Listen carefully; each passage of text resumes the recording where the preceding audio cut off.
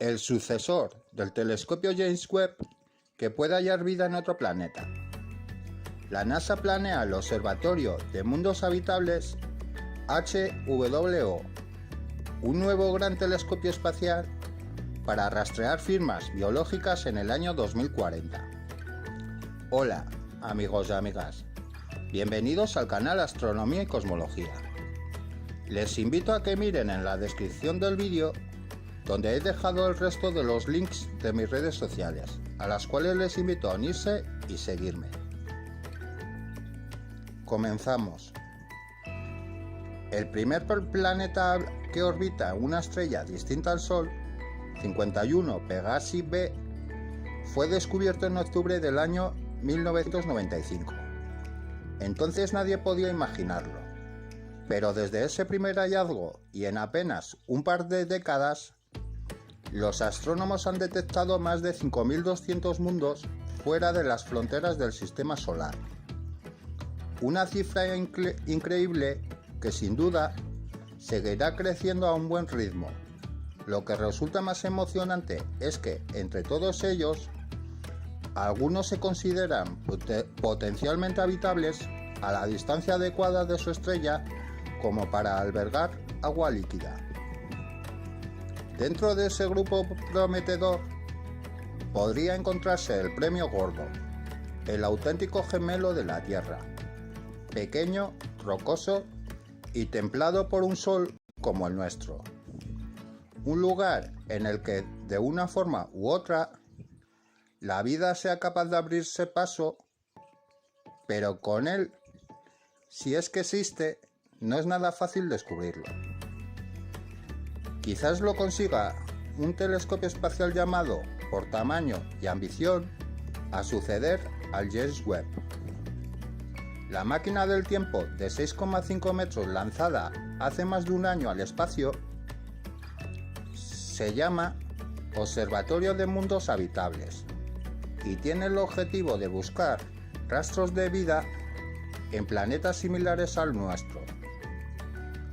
Fue presentado por la NASA en una reunión de la Sociedad Astronómica Estadounidense celebrada recientemente y de momento apenas es un bosquejo sobre un papel.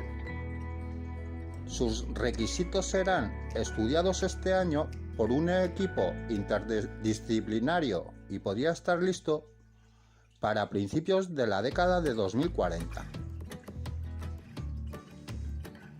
Está previsto que el HWO observe en los espectros óptico, ultravioleta e infrarrojo cercano. Será segmentado y de unos 6 metros de diámetro. Como el Webb, se situará en L2, un punto de balance gravitacional a 1,5 millones de kilómetros de la Tierra.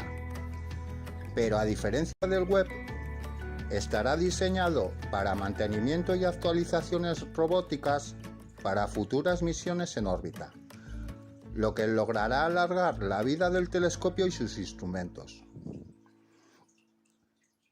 Del HWO se sabe poco más, ni siquiera su aspecto. Tampoco tiene un presupuesto asignado, pero la NASA pretende evitar que se repita lo que sucedió con el James Webb, con el que se acumularon sobrecostes y sobre todo retrasos. Por ese motivo, la NASA ha planteado un enfoque más conservador. El telescopio aprovechará y adaptará tecnologías ya desarrolladas, como el espejo segmentado del Webb, o en desarrollo, como el coronágrafo del Nancy Grace Roman, un telescopio espacial de 2,4 metros que buscará energía oscura y exoplanetas, y cuyo lanzamiento se espera para finales de esta década. Este instrumento consiste en un sistema óptico que bloquea la luz de manera que la de los exoplanetas pueda ser observada. Como siempre, gracias de corazón por tu visita y no te olvides de dejarme tu like y suscribirte.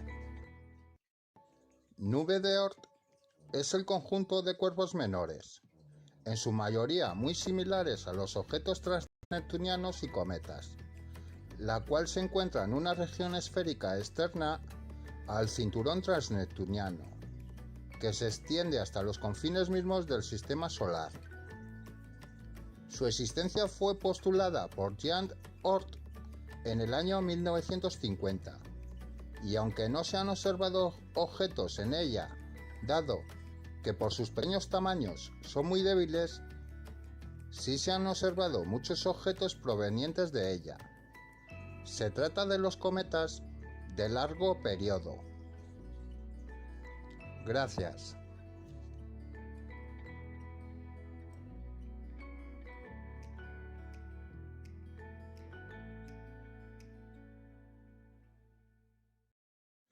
El Observatorio Astronómico Nacional fue fundado en 1790 y dependiente del Instituto Geográfico Nacional. Administra un telescopio nocturno de 1,5 metros en Calar Alto y los radiotelescopios del centro de Yebes, donde opera radiotelescopios de 14 metros y de 40 metros de abertura.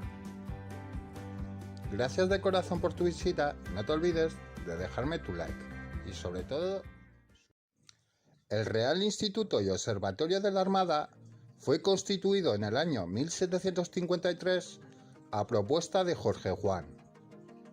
Es el observatorio más antiguo de España y mantiene una actividad reducida de carácter observacional en astronomía, pero una gran labor presente y futura como responsable del patrón de tiempo en España, generación de efemérides y múltiples estudios en astronomía, de posición y mecánica celeste. Gracias por tu visita.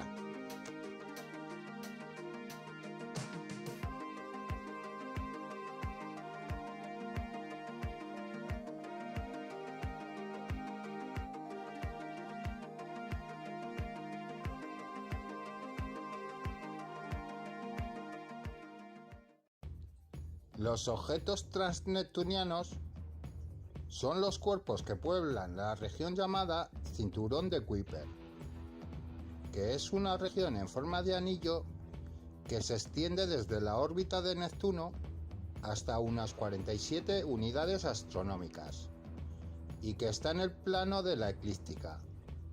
Se trata de cuerpos de hasta unos 200 kilómetros de diámetro y están compuestos básicamente de hielo de agua y otros volátiles, como por ejemplo el metano y nitrógeno, además de silicatos.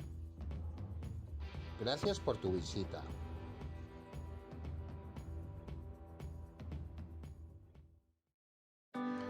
Hola. Un supercúmulo galáctico es una agrupación de cúmulos, grupos galácticos y alguna galaxia aislada. Suele tener un diámetro promedio de 50 millones de parsecs y una masa de millones de billones de masas solares. El más citado suele ser el supercúmulo de Virgo, que tiene un diámetro de 33 millones de parsecs. Gracias de corazón por tu visita y como siempre, quiero invitarte a que me dejes tu like en este vídeo y te suscribas al canal. Así colaboras a su crecimiento. Y si tienes cualquier duda, ponla en un comentario y yo te la responderé. Gracias de corazón.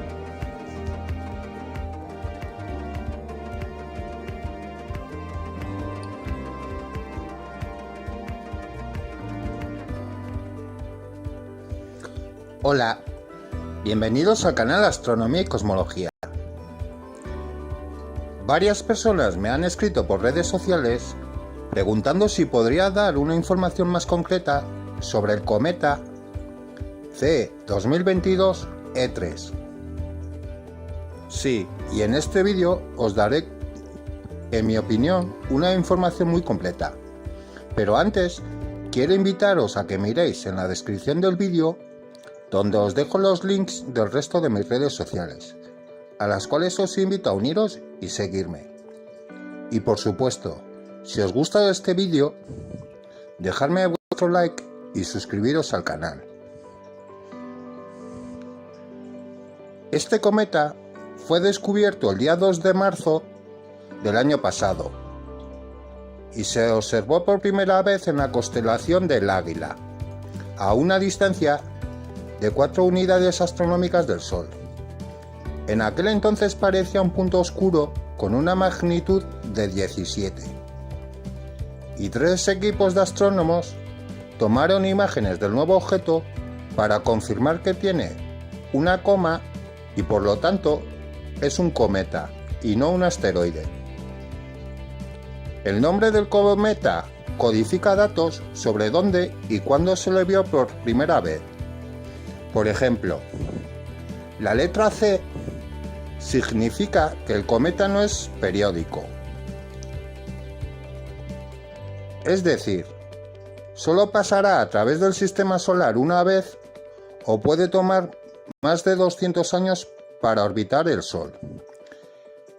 En este caso, la siguiente vez que se verá este cometa será dentro de 50.000 años. 2022 E3 significa que el cometa fue detectado a principios de marzo del año 2022. Eso se correlaciona con la letra E de acuerdo con el sistema de nomenclatura de cometas, el cual es aprobado por la UAI,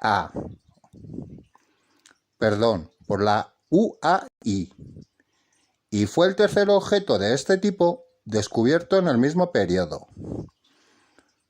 Las letras ZTF significa que el descubrimiento se hizo mediante el telescopio de la instalación transitoria de Zewinski.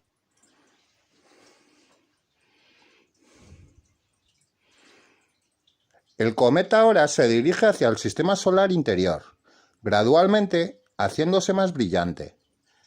El 12 de enero de este año alcanzará el perihelio, o sea, se acercará más al Sol, a una distancia de 1,11 unidades astronómicas.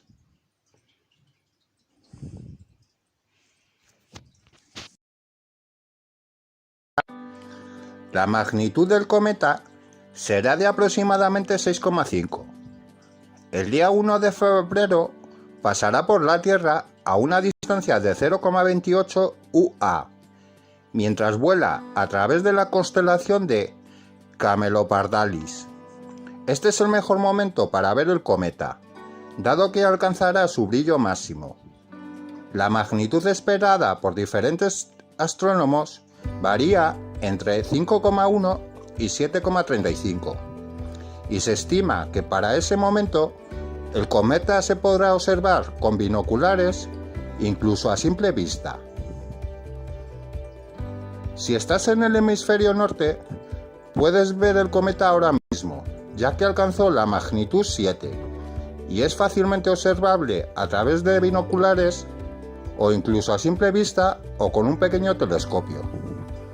Puedes encontrar el cometa en la constelación Corona Boreal, entre el asterismo Keystone en Hércules y la estrella brillante Arcturus en Bootes. Los observadores del hemisferio sur podrán ver el cometa solo a principios de febrero del presente año. A mediados de enero del 2023, el cometa se trasladará a Bootes. Luego visitará Draco y también la Osa Menor durante un par de días para alcanzar su punto más brillante el día 1 de febrero en la constelación de Camelopardalis. Para entonces reaparecerán los cielos del sur y se podrá ver en todo el mundo con binoculares y con suerte a simple vista. El 12 de febrero se aproximará mucho a Marte, que brillará en rojo en una magnitud de 0. Ambos objetos estelares ubicados en la constelación de Tauro, y pocos días después, el 15 de febrero, el cometa pasará cerca de la estrella brillante de Aldebarán, que tendrá una magnitud 1, y el cúmulo estelar de las Híades. Conclusión: el cometa ya se puede ver con binoculares y telescopios. Para el 1 de febrero alcanzará su brillo máximo y se convertirá en un objeto visible a simple vista. Deseo que con esta información todos ustedes puedan observarlo. Y como siempre, gracias de corazón. No se olviden de suscribirse y dejarme su like.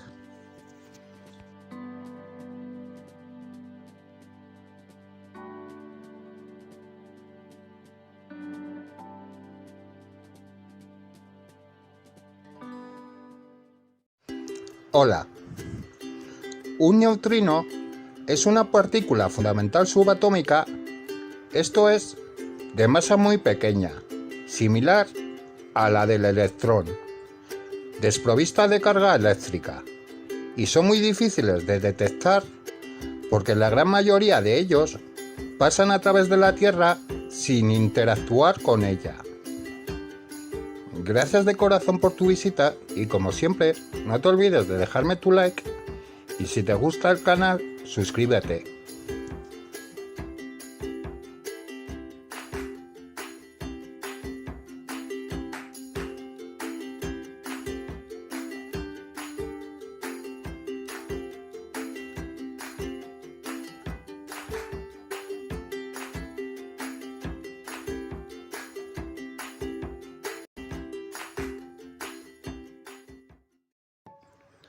Cuando en astronomía se dice perigeo, hablamos del punto de la órbita de la Luna más cercano a la Tierra. De nuevo, en el caso de los planetas, en vez de perigeo, hablaríamos de perihelio. Gracias de corazón por tu visita. Suscríbete.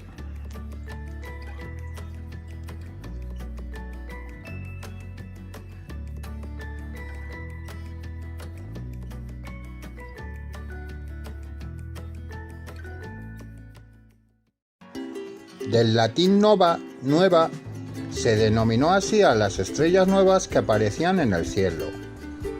Aunque estas estrellas ya existían, y lo que se observaba en realidad era un incremento muy brusco en el brillo aparente.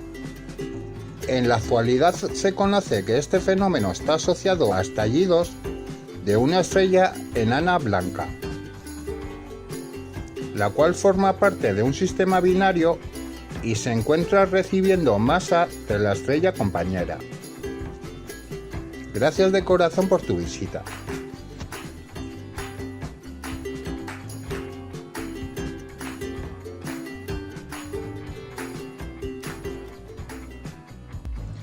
Neptuno es el último planeta del sistema solar que forma, junto a Urano, la familia de los planetas gigantes helados. Ambos planetas guardan entre sí numerosas similitudes. Debido a su largo periodo de traslación alrededor del Sol, aún no hemos tenido ocasión de observar Neptuno dos veces en la misma posición de su órbita desde que fue descubierto en 1846. Curiosamente se dice que este planeta podría haber sido descubierto por Galileo más de 2 siglos antes, porque lo observó pero confundió el tenue planeta con una estrella poco brillante. Gracias de corazón por tu visita y si me dejas tu like, crecerá el canal. Las nebulosas son concentraciones de gas, principalmente hidrógeno y helio, y polvo. Algunas son restos de estrellas que al final de su vida han explotado, y otras, por el contrario, son lugares de formación estelar. Por atracción gravitatoria, las condensaciones de gas y polvo van comprimiéndose, dando lugar a las nuevas estrellas. Las nebulosas pueden ser de emisión, de reflexión o nebulosas oscuras. La rotación del núcleo interno de nuestro planeta se detuvo en el año 2009 y podría estar invirtiéndose. Este tipo de reversiones podría estar repitiéndose cada 70 años.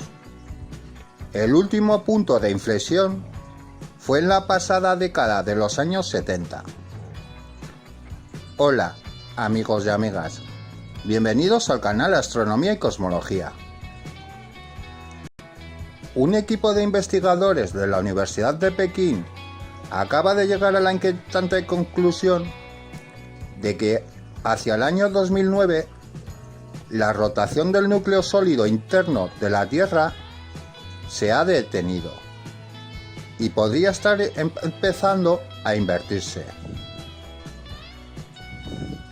Esto hace pensar a los científicos que dicha inversión se produce de forma periódica, alrededor de una vez cada 7 décadas, y puede causar cambios en la intensidad del campo magnético y la duración de los días. Según Yi Yang y Xiaodong Song, autores de la investigación, el hecho de que estos cambios puedan ocurrir en una escala de tiempo tan reducida sugiere que son habituales en la historia del planeta y que por lo tanto ayudarán a entender mejor cómo lo que sucede en las profundidades de la Tierra, las cuales afectan a su superficie. El núcleo interno sólido y formado principalmente por hierro y níquel está físicamente separado del resto de la masa terrestre por el núcleo externo de hierro líquido, lo que le permite mantener una rotación independiente y distinta a la de la Tierra misma. El giro del núcleo interno, de hecho, recibe su impulso de los fuertes campos magnéticos generados por el núcleo externo y se equilibra por los efectos gravitacionales de la gruesa capa de manto que hay justo encima. Desde hace décadas, los geólogos debaten sobre la velocidad de esta rotación y también sobre la posibilidad de que varíe a lo largo del tiempo. Para llegar a estas conclusiones, Yang y Song estudiaron las diferencias en la forma y el tiempo de viaje de las ondas sísmicas generadas por terremotos, casi idénticos, y que desde la década de los 60 han atravesado el centro de la Tierra a lo largo de caminos similares.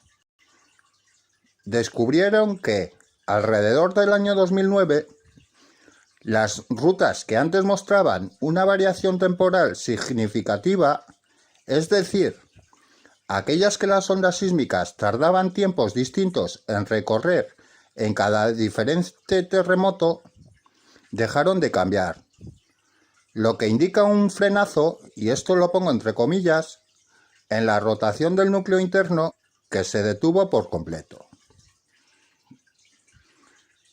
Como siempre, las investigaciones deben continuar para saber exactamente qué sucede. Y por supuesto os recomiendo que antes de creeros cualquier noticia, se informen con distintas fuentes, ya que en muchas he leído cosas cataclísmicas. Pero bueno,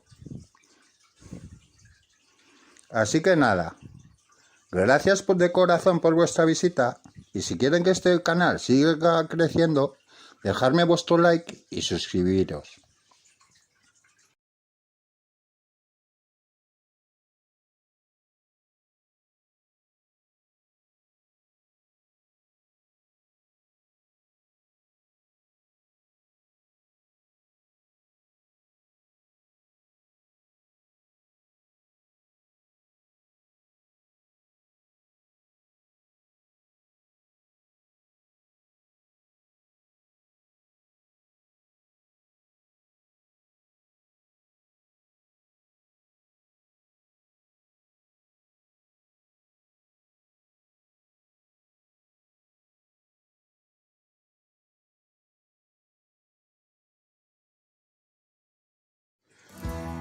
Las nebulosas de emisión pueden estar asociadas a estrellas moribundas, como por ejemplo las nebulosas planetarias y restos de supernovas, o a estrellas en formación, como las regiones HWL. En ambos casos, brillan debido a que son excitadas por la radiación de las estrellas cercanas. Un ejemplo típico de nebulosa de emisión es la nebulosa de Orión. Quiero darte las gracias por tu visita y pedirte que si tienes cualquier duda, la pongas en un comentario y yo te la responderé. Gracias.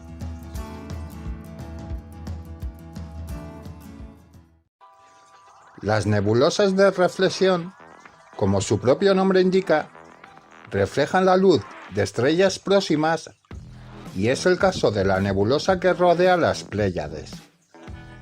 Gracias. Suscríbete.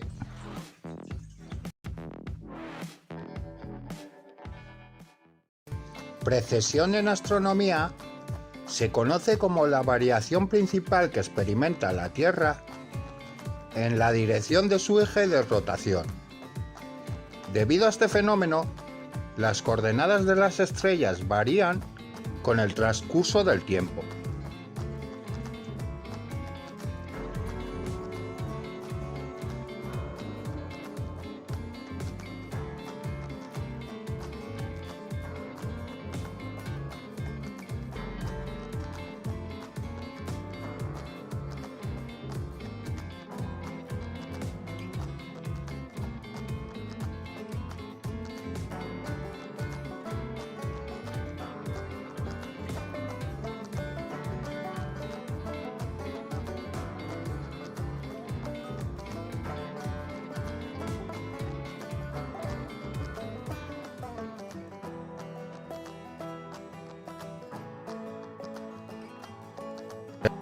Pulsar son estrellas de neutrones en rápida rotación y con su intenso campo magnético inclinado respecto al eje de rotación. Los púlsares fueron descubiertos en 1967 por Jocelyn Bell Barnell como fuentes de radio que pulsaban rápidamente en frecuencias constantes.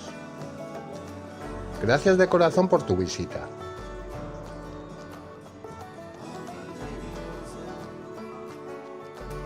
Un planeta enano es un cuerpo celeste que cumple las siguientes condiciones. 1.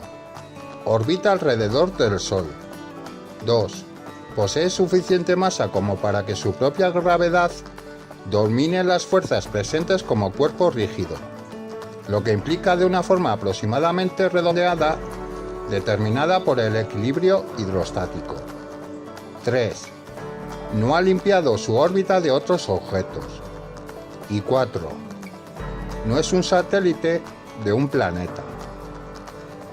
Como siempre, gracias de corazón por tu visita.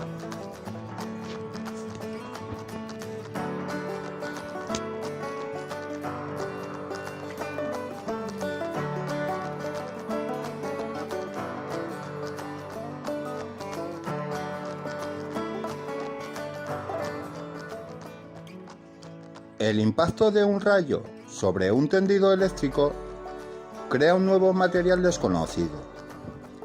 El hallazgo puede inaugurar un nuevo capítulo en la historia de los cuasicristales. Hola, bienvenidos al canal Astronomía y Cosmología. La naturaleza no deja de sorprendernos, y el geólogo Luca Bindi, de la Universidad de Florencia, se quedó literalmente sin palabras al descubrir que un rayo caído en una línea eléctrica en las dunas de arena de Sand Hills, en Nebraska, había creado un material nunca antes identificado por la ciencia. Se trata de un cuasicristal, con una composición nunca vista hasta el momento y que puede revolucionar la historia conocida de estos materiales. Según explicó Bindi, los cuasicristales son materiales en los que los átomos están dispuestos como en un mosaico, en patrones regulares pero que nunca se repiten de la misma manera, a diferencia de lo que ocurre en los cristales ordinarios. Fue Dan Shetzman, posteriormente galardonado con un Nobel por sus descubrimientos, quien estudió su estructura en la década de 1980, lo que también los hace valiosos para aplicaciones en diversos sectores industriales. Hace 15 años fui yo quien descubrió que este material también existía en la naturaleza, y gracias a la identificación del cuasicristal en una muestra de meteorito conservada en el Museo de Historia Natural de la Universidad de Florencia, que después de eso descubrimos otros cuasicristales de naturaleza extraterrestre, y el primer cuasicristal hecho por el hombre, formado en el proceso de detonación de la primera prueba nuclear realizada por Estados Unidos en 1945. Todos producidos en condiciones de presiones y temperaturas extremas en cuestión de nanosegundos. De aquellos hallazgos anteriores, surgió la idea de buscar, junto a sus colegas estadounidenses, materiales extraordinarios formados en condiciones excepcionales. Y pocas cosas hay sobre la Tierra que sean más poderosas y excepcionales que un rayo. La atención de los investigadores se centró en las llamadas fulguritas, que se forman cuando el calor generado por la descarga eléctrica funde la arena de sílice rica en cuarzo. Como siempre, gracias de corazón por tu visita y quiero invitarte a que me dejes tu like en este vídeo y te suscribas al canal. En la descripción del vídeo te dejo los links del resto de mis redes sociales, a las cuales también te invito a unirte y seguirme. Gracias de corazón.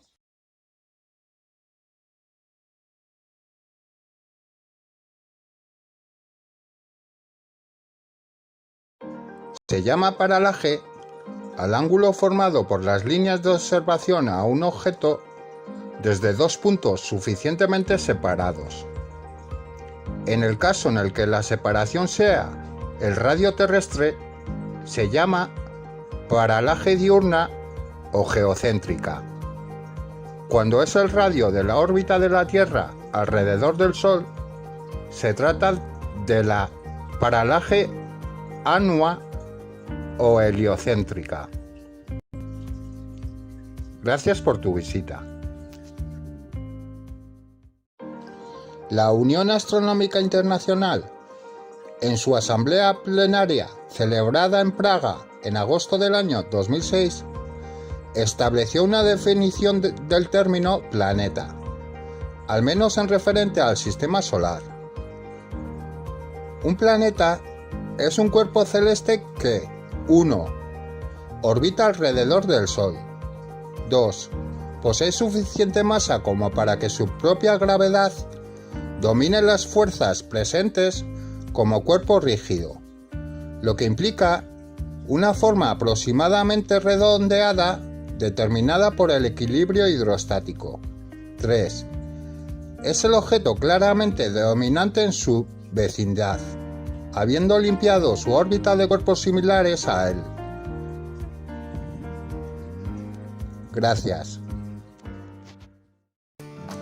El Observatorio de Monchez fue inaugurado en el año 2008. Cuenta con un telescopio robótico de 80 centímetros que está situado en la Sierra del Monchez, Lérida. Está operado por un consorcio con la participación de la Universidad de Barcelona, el Instituto de Estudios Espaciales de Cataluña y otras entidades oficiales y privadas. Gracias de corazón por tu visita. El Observatorio del Teide se encuentra en la zona de Izaña y alberga varios telescopios de 30 centímetros a 1,5 metros inaugurados desde 1972, pertenecientes a diversas instituciones y países del mundo. El Observatorio del Roque de los Muchachos fue inaugurado en 1985 y es uno de los más importantes del mundo y alberga telescopios pertenecientes a muchos países distintos con aberturas entre 18 centímetros y 10,4 metros. El de mayor abertura es el telescopio más grande del mundo, el Gran Telescopio de Canarias. Ambos observatorios canarios incluyen instrumentos para uso nocturno y para observación solar. Gracias. El Instituto de Astrofísica de Andalucía, perteneciente al CSIC y fundado en 1975, posee y opera un observatorio nocturno en las faldas del Pico Veleta, situado en Granada, con telescopios de uso general de 90 centímetros y 1,5 metros de abertura, junto a otros más pequeños para unos proyectos específicos. Como siempre, gracias de corazón por tu visita.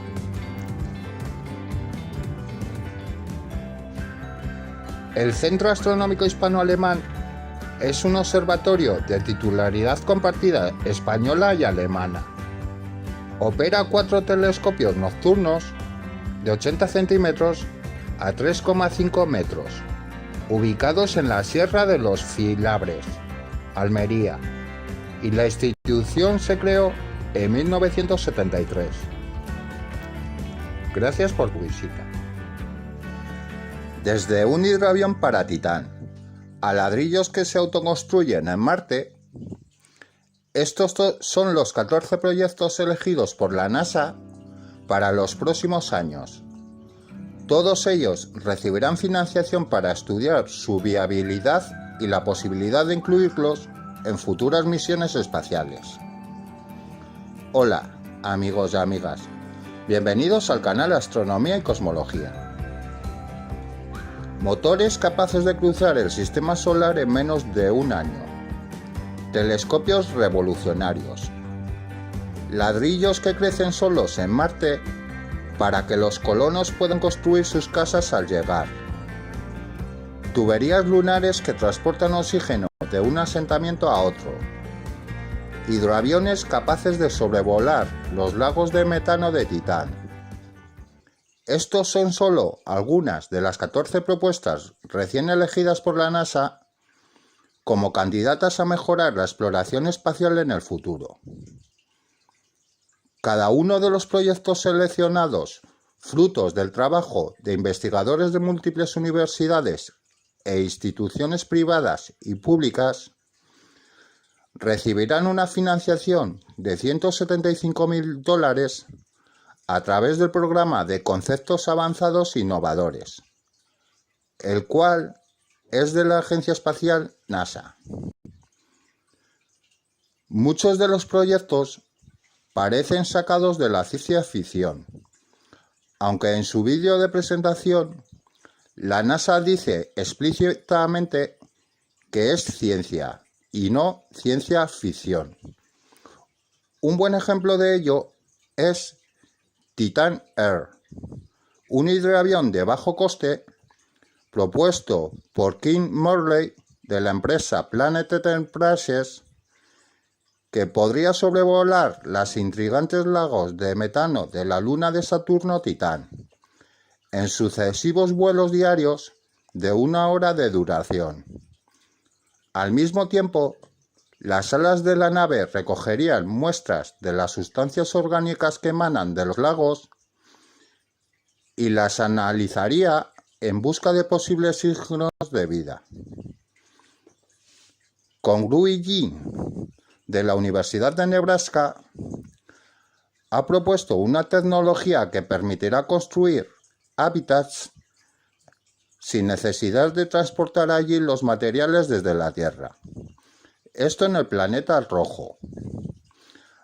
Hasta ahora la NASA ha experimentado con hábitats hinchables y ligeros, pero las estructuras físicas necesarias para equipar estos módulos deben siempre enviarse desde la Tierra, en una segunda misión.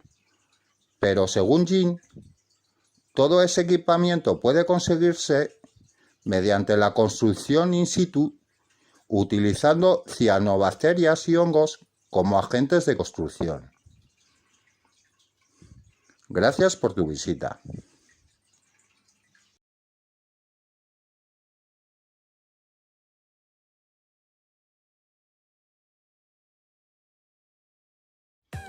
El Observatorio Ramón María Aller está situado en Santiago de Compostela, La Coruña.